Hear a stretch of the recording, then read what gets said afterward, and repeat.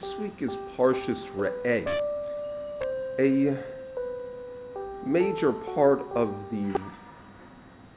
this week's Torah reading has to do with a person taking a tenth of his produce, talking about an agricultural society, and bringing it to Jerusalem and celebrating before Hashem for the good things that he has done for them.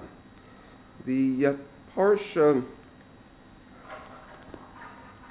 here the conclusion, or at the conclusion, says, "Be careful lest you forget the Levi all of the days of your life on the earth."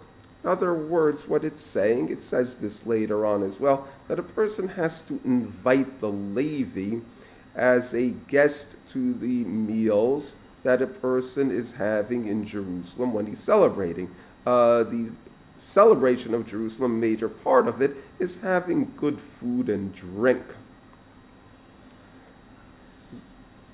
The tribe of Levi was exclusively devoted to temple service. But it was more than that. They were supposed to be the teachers of the children of Israel. And as such, they were not given tribal territory. They had cities. They were not greatly involved with farming. And the reason for this was that they were supposed to be exclusively devoted, or primarily devoted, to religious pursuits. And for that, they would get various gifts, including the people were also, they had to take really 2/10 of their produce. 1/10 went to the Levium as well. So the question comes up, and it's a question that we have in modern times, is why not charge for services, for religious services?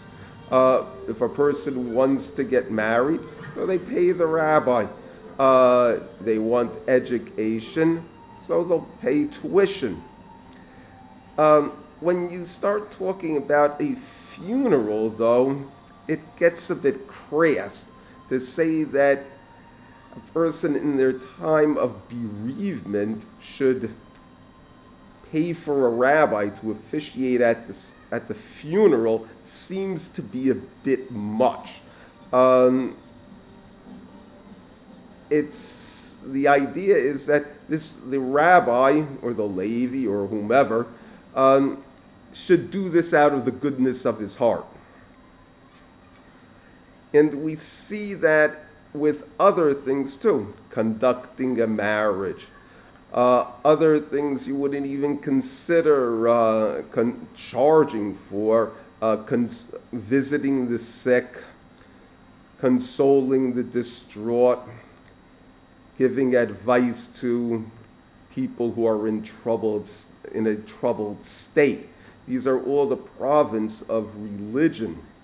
Nevertheless, a clergyman still has to eat 3 meals a day, and he has to have a roof over his head. He has to live in dignity. He needs a vacation too. So the proper vehicle is voluntary donations.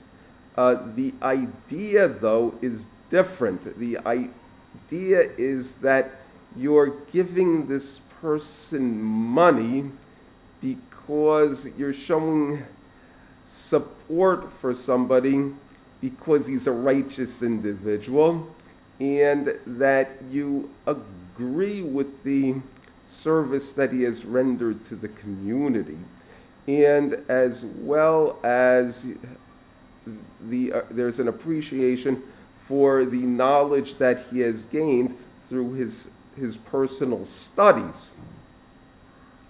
So what happens is that if a person gives tzedakah to him and financially supports him, so to speak, they are saying, we appreciate your devotion to heaven. And they are also exercising their own devotion to heaven as well.